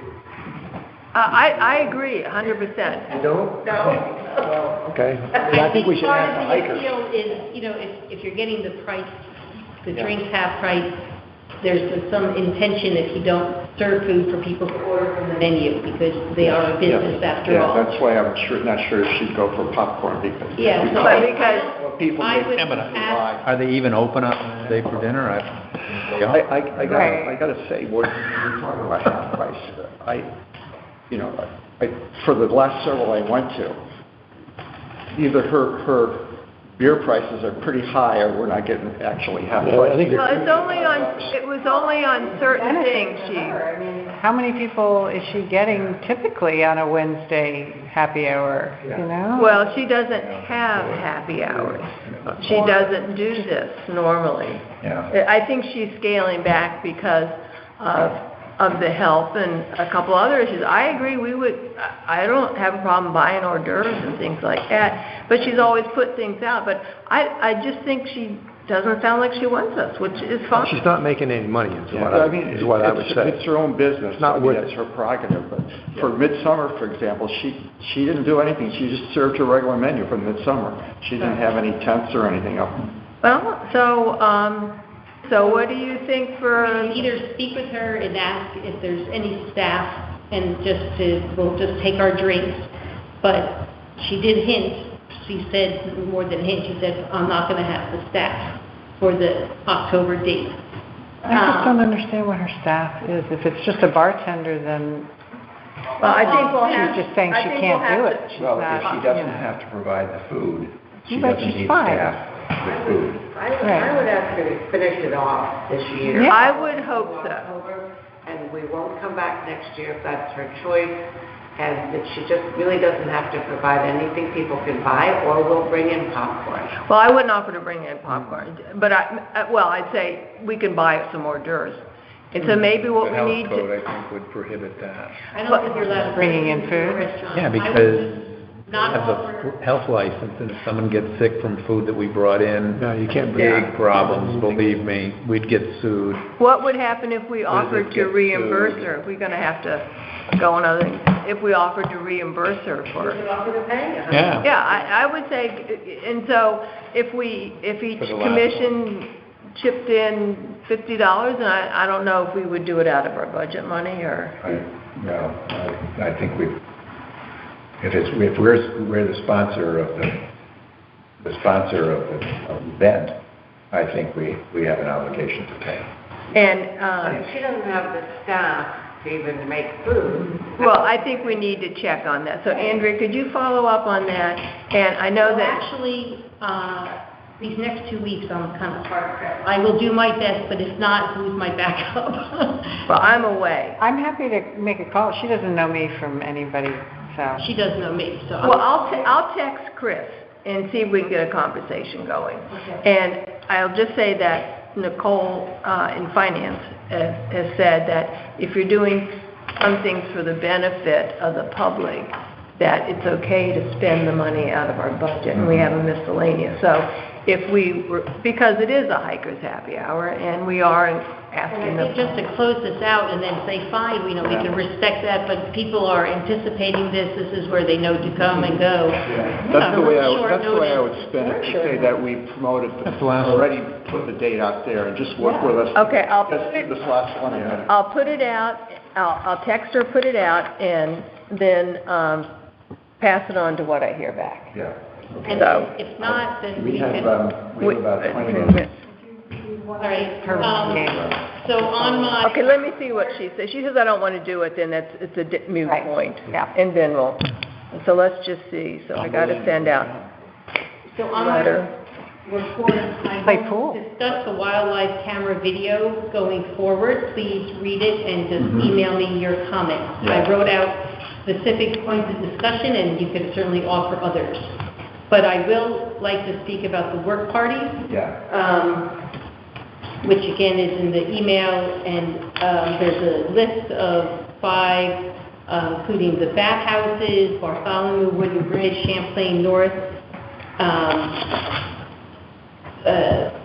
picket fence, low picket fence around the Barbizon, and small wire fences around 2 to 4 anthills, and then a bridge on the Ames property. And timing-wise, I think the bathhouses might be on the agenda. My daughter is speaking with Heather, and I know she said she was flat out until this week. Yeah. I don't know if she wrote you back yet, but And I need you guys to tell me when to get the poles and where to take, and where, Yes. I want to try to do it at one time because Yeah. you're on top of the cars. so my daughter and I will Okay. double press Heather to get some definition.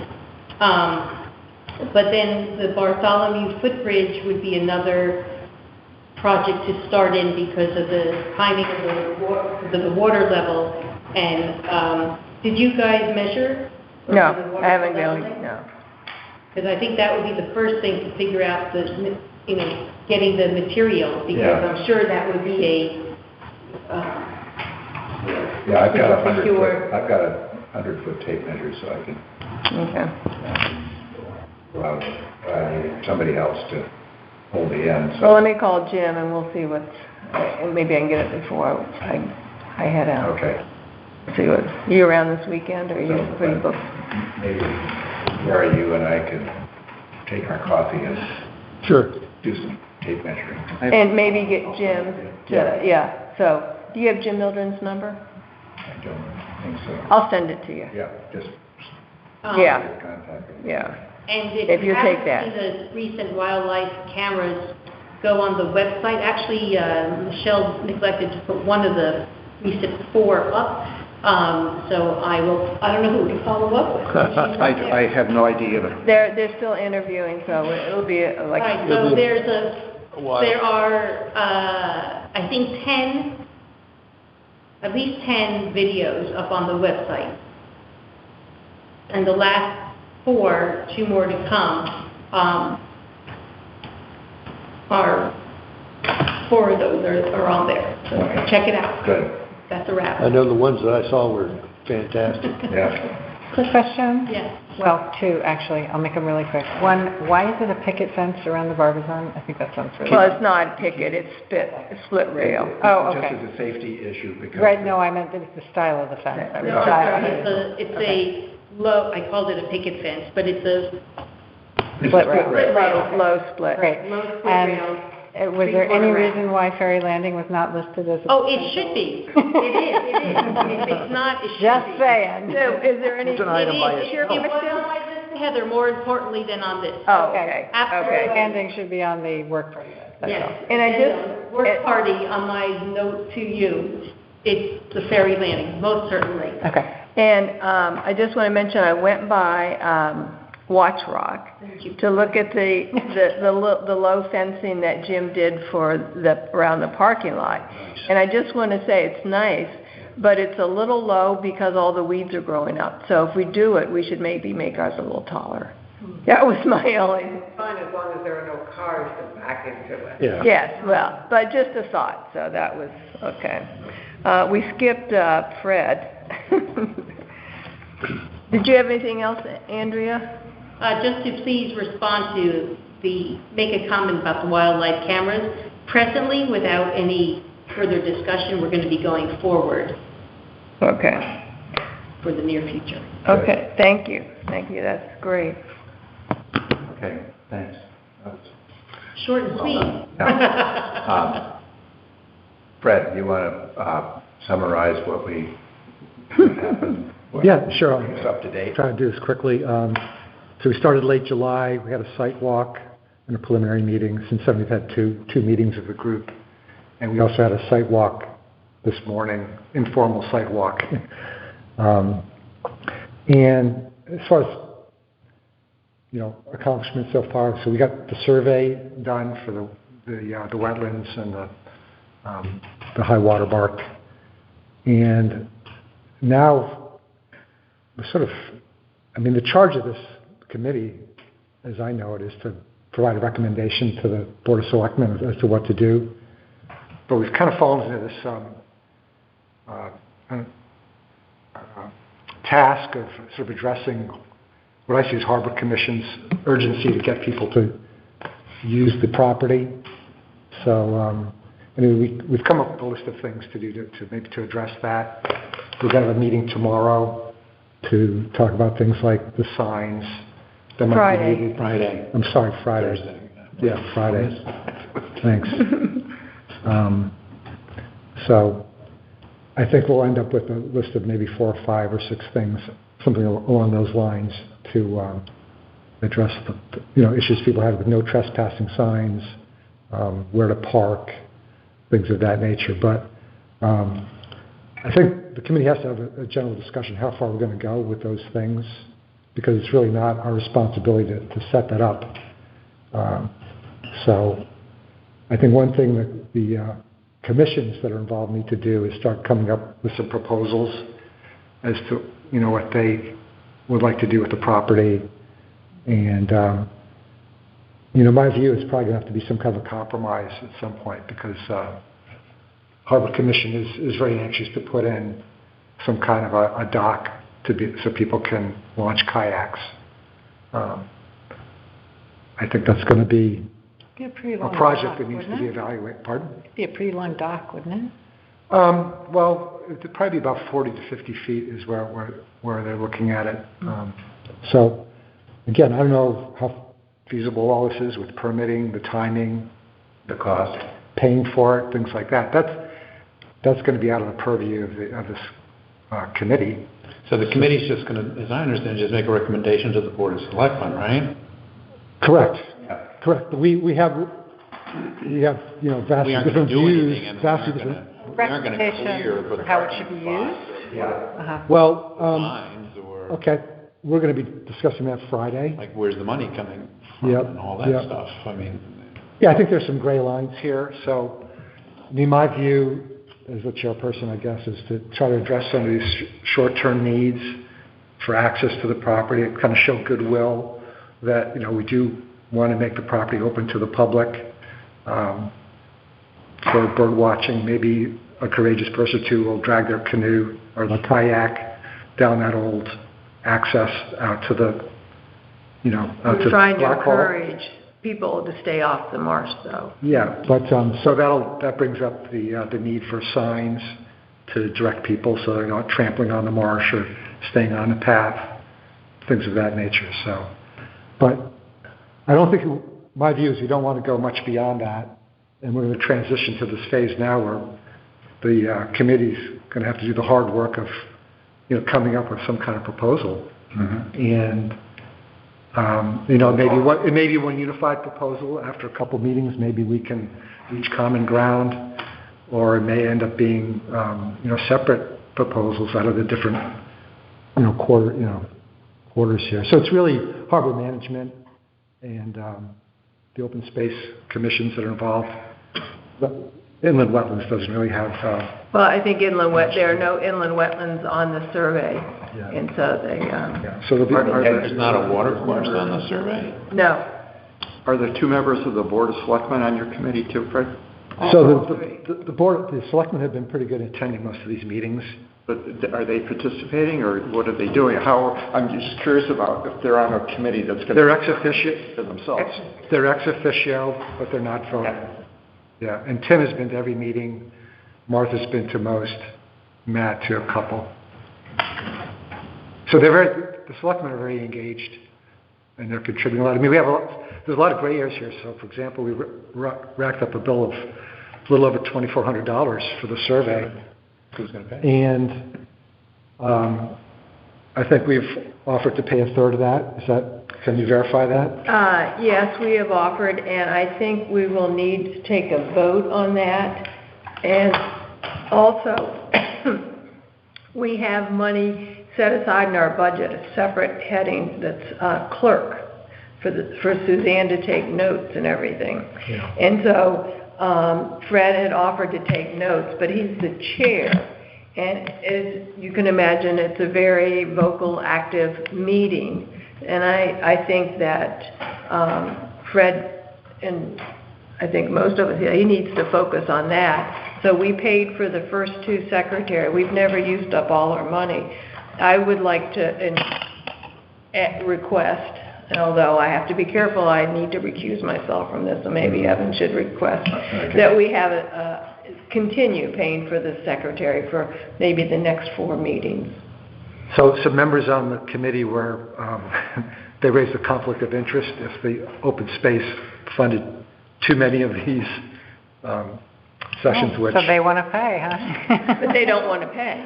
Exactly. So I'm just mentioning that. So I appreciate that offer, and if we decide to do that for at least one more meeting, I'll raise that as a possibility. I think the on Friday. accuracy of these meetings is important. I think that you also need to be cognizant of. Thank you. Thank you, Suzanne. Vice Suzanne. I mean, I definitely would appreciate it. So, and I think the committee members will agree to at least one more, and then we could take it from there. I think you need to be cognizant of the FOI laws too, with notices and minutes and so forth. So.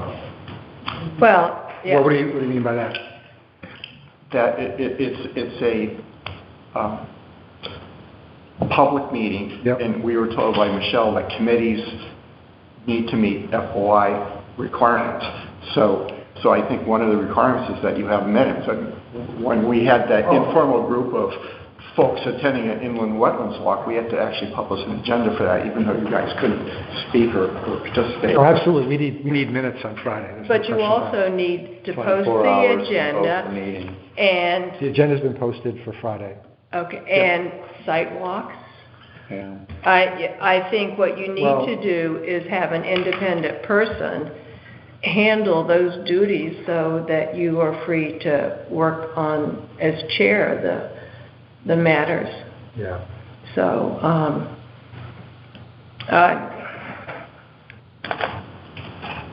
I think if it's, I think that, well, I'm not going to say. Well, I mean, if the commission will vote to fund one more session to pay for minutes, that'd be very welcome. And, Okay, I'll make Evan? a motion that we, what? and do we need to vote for 1/3 paying the bill? Oh, yeah, So- let's do that first. Just to let you know a little more background on that, the Harbor Commission's been pushing back on their third a little bit because they're saying that they don't get funds from the town. Jeez, I know. So I don't think that affects our percentage. I'm just saying, letting you know that hasn't been hammered out. Yes, The original agreement was all 3 commissions were going to pay 1/3. Is that true? yes. Yeah, Okay, then the price is... Well, that came up in the meeting, then they were going to go back to their respective commissions and And they confirm met, that would do they that. met So, last night, I think, too. Yeah, so I don't know what they decided, but it'd be nice. it makes no sense to me that the Harbor Commission should argue that at all, because it's their idea in the first place to do any of this. Agreed. So, So, to say, oh, well, you need to do it, and we're not paying, you know, we're gonna do this, and do this, and do this, but we're not paying for anything. So I'll make a motion that we pay up to $800 for the survey, Well, that being 1/3 of the 2,400. Well, it's in 24 and change, so why don't we say up to 1,000, Okay. just in case there's Just any... 1,000. It's not only the survey, it's also Okay, fine. wetlands demarcation, title wet, and it's Snarsky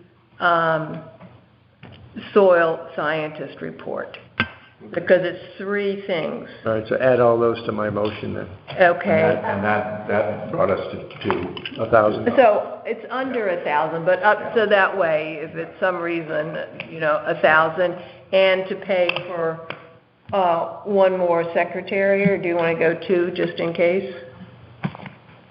I think you covered plenty with one motion here, get it over with. Yeah, Well, and secretarial and services. secretarial service for another meeting. Does that 1,000 cover all that? Just about. 1/3 of it? Okay. Okay, that's the motion. Yeah. Who made this motion? Gary, Gary. okay, I'll second it. And Andrea second. okay. Okay. Any further discussion on that? If not, all those in favor, please say Aye. Aye. any opposed. I abstain. And I'll just, Amanda Blair. Amanda Blair. Who is she again? Non-existent. Okay, good. What is community outreach? Oh, that was Andrea. Oh, We're done. okay. I have nothing to report on inland wetlands. We did, there was a meeting, a site walk yesterday, yesterday, I was gonna bring that up under new business. yeah. I think it was Monday. I think it was Monday. Monday. And there's another subdivision on Button Ball Road with the proposal for a open space set aside, which appears to be mostly wetland. Half At wet. least half wetlands, maybe. But Well, it also includes a ledge. huge piece of ridge. ledge. Hi. Pardon me? 7:30.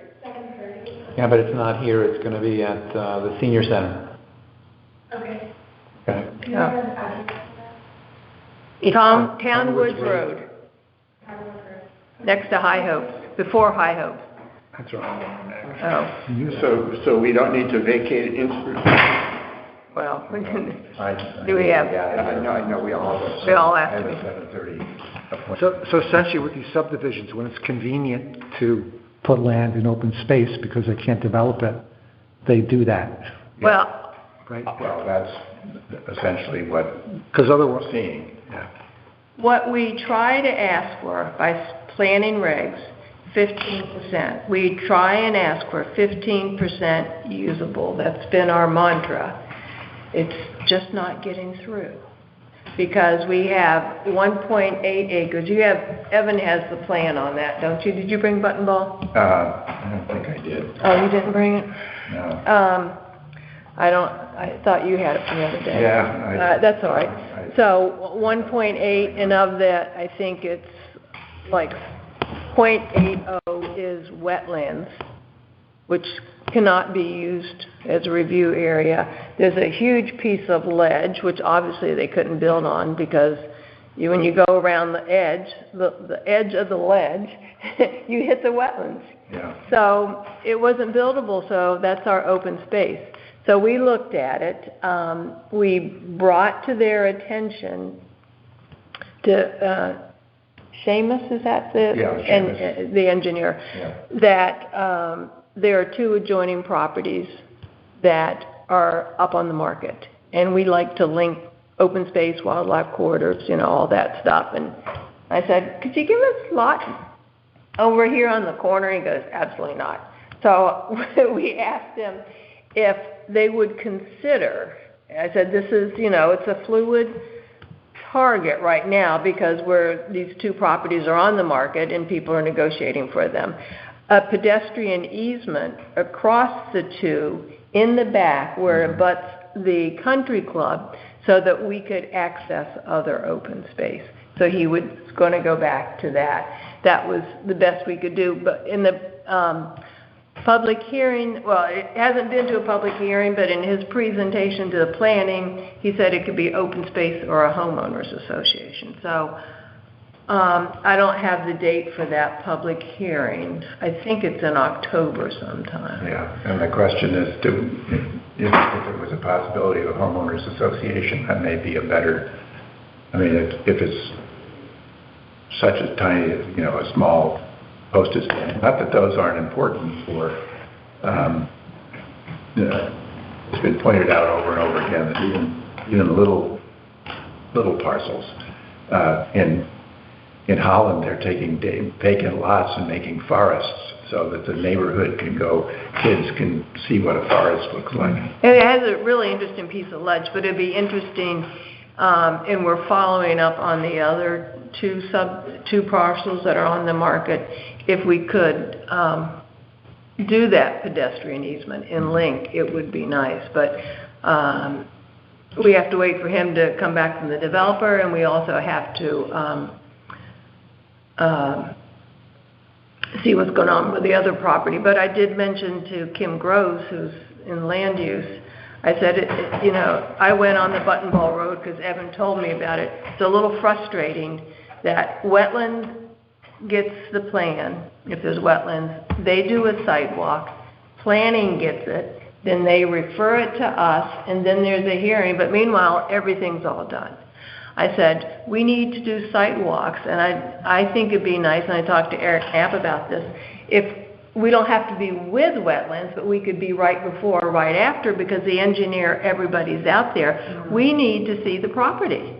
We can't look at this and see what it is, and we need to, and I think that maybe, and we have done this occasionally in the past, is have a workshop when the developer comes in and shows what he's proposing, and we could tell the developer, this is where our open space is, this is what we'd like to see. This is why we want to link it. Right, but I said, these just aren't pieces floating around the line. We know where the open. Some more rhyme and reason to it, absolutely. Yeah, and I said, it's very frustrating to be at the very end, and then they say, why didn't you come earlier? I go, we weren't invited to the party.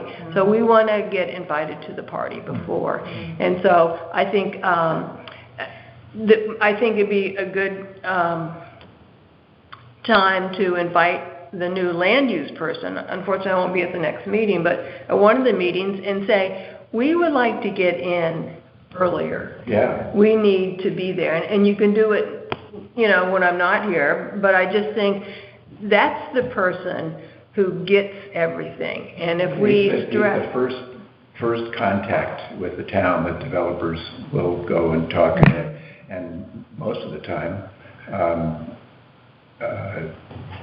there's a lot of discussion and maybe moving things around as a result of the developer talking to the land use coordinator. And then when the engineer's there, he's saying, well, here's some wet, but this is all topo, but here's this. So because he's been out on the land, he's staking it. So that's when it's, so I really think that we need to invite Eric Knapp to come talk to us and say, we need a more active role in this. So. Good. Okay, let's move this along. Public comment? Public comment. I think we have no public, unless, do we have anybody on the phone? Not Kevin? Do you have anything on conservation? Conservation Commission. You got time for it? What's that? 2 minutes. Yep. Is it half an hour? Okay, well, a little less. The Alewife program's coming along. We got a camera in the spillway, thanks to Land Trust who authorized that. We got UConn doing that. Oh, nice. And we got Yale analyzing our samples. Yeah. Great. What's interesting to me is Kevin Job, the fisheries guy, said that river is the only river that he works on that has any water in it. A couple weeks ago, everything else was dried at the source.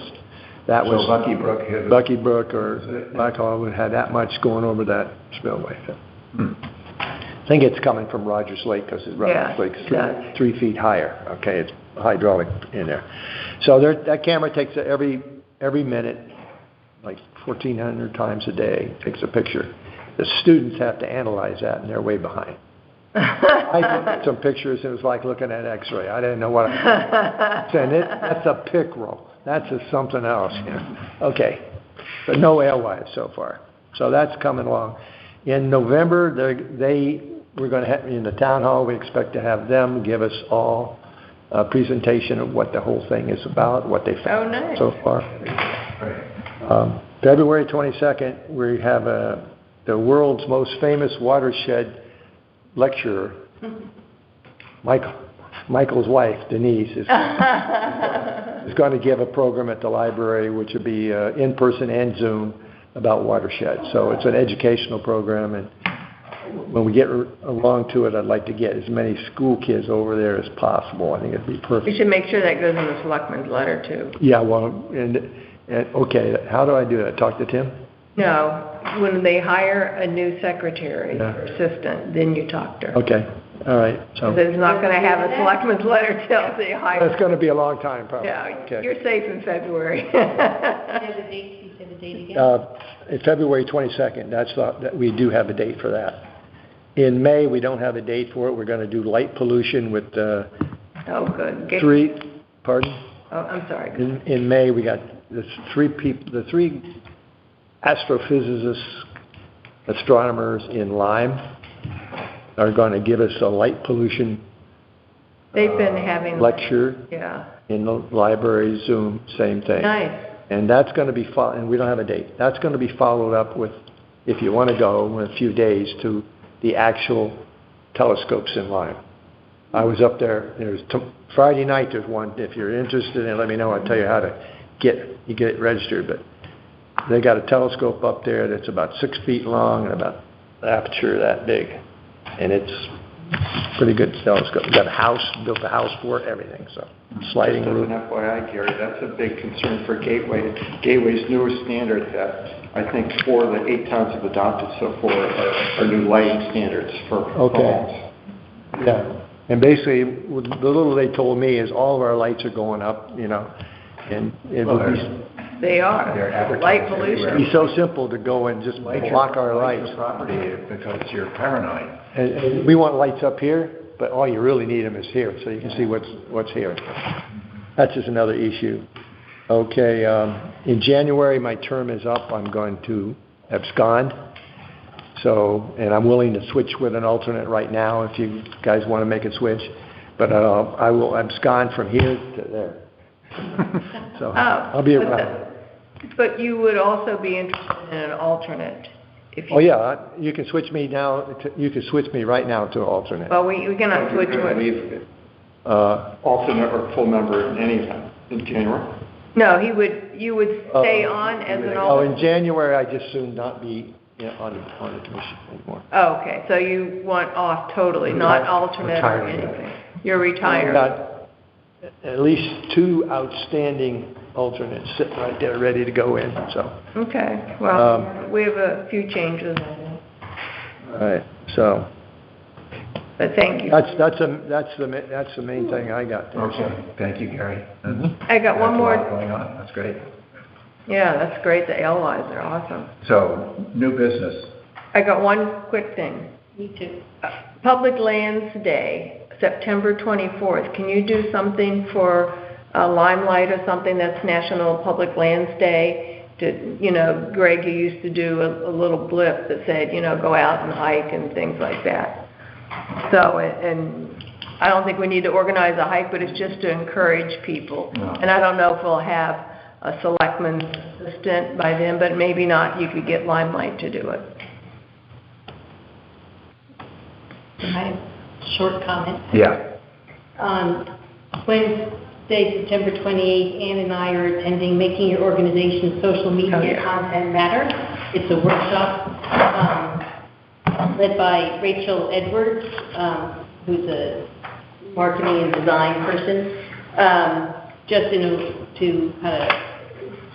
it's intended for nonprofits and certainly also municipalities. How do we promote ourselves? How do we get the word out? How do we, and we, it's not just the commission, clearly we are representing the town, but it's also specific to the commission with the various projects and the cameras and videos, the footage that we have. Good. And we... I'm Do you want to go? I'm thinking about that anyway. Oh, good.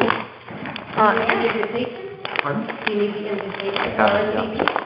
and open space paid for their two Great. tips. Making your organization's social media content better. I'll just,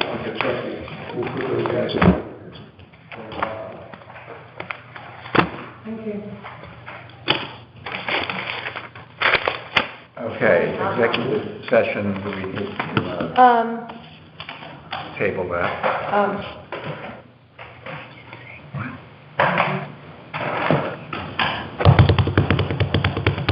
You look good.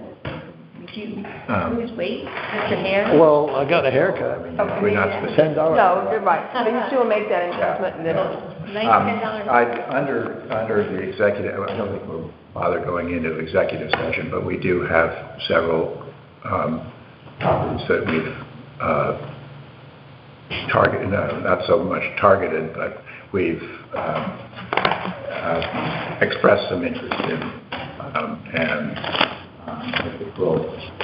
if anything happens specifically on any one of those properties, we'll take it up at the next meeting. Or a special meeting, but Yeah. we are following up on a couple of, I just wanted to make one more thing here. The 28th or 29th, whenever that meeting is here about the 10% open space.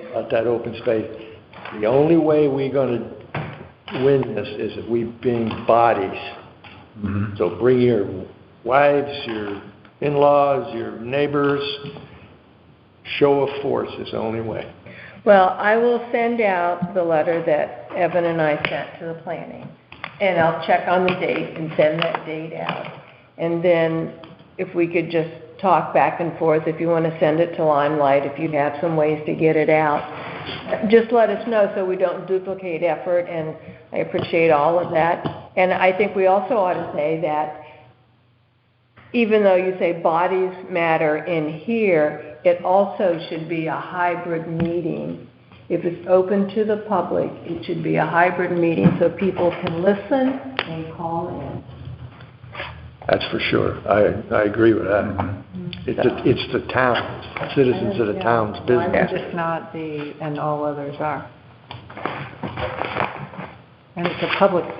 not- It's up and up to each commission makes their own rules. Of course they do. Well, Any other matters? We need a motion to. Need a motion to adjourn? Motion to adjourn. Okay. Do you want me to drop a map off, a survey off to you? Thank you, everybody. Yeah.